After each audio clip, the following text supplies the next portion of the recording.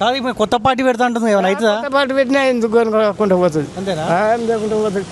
షర్మిల పోలేదా? షర్మిల కంటే అభిమానం అవుతుంది. ఇంకా షర్మిల నువ్వు ఒప్పుకోవాలి.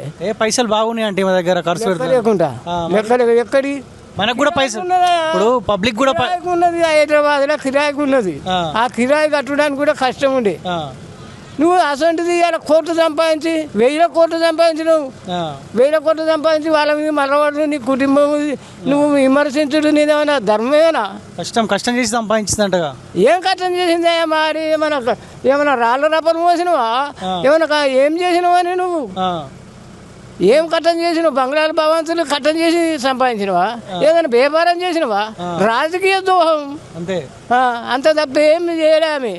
ఎక్కడికి వచ్చింది? నువ్వు అన్ని సత్యవంతురాలు అయితే నీవు ఈ 10 ఏళ్ళ నుంచి నువ్వేమేం చేసినావు? మీ బావ ఏం చేస్తుండో, సంతోషరావు ఏం చేస్తుండు, మీ అన్న ఏం చేస్తుండు, మీ నాయన ఏం చేస్తుండు, ఇవన్నీ నీకు తెలుసు కదా. అప్పుడే చెప్తే బాగుంటుంది. అప్పుడు నువ్వు ఎప్పుడన్నా ఒక్కసారి అని అన్నవా? అనలేదు కాబట్టి నీదే పొరపాటు. హరీష్ రావు తప్పే లేదు అంతే. మరి ఇప్పుడు వీళ్ళ కుటుంబంతో పోల్చుకుంటే హరీష్ రావు కొంత బెటరేనా?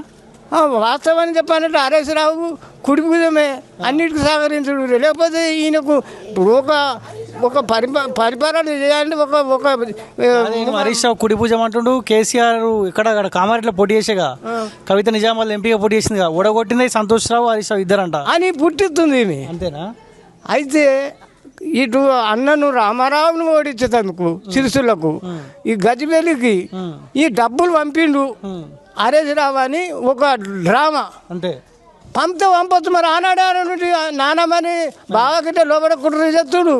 మరి ఇది మనకు అన్యాయం చేసేటట్లు వీళ్ళని అనొద్దా?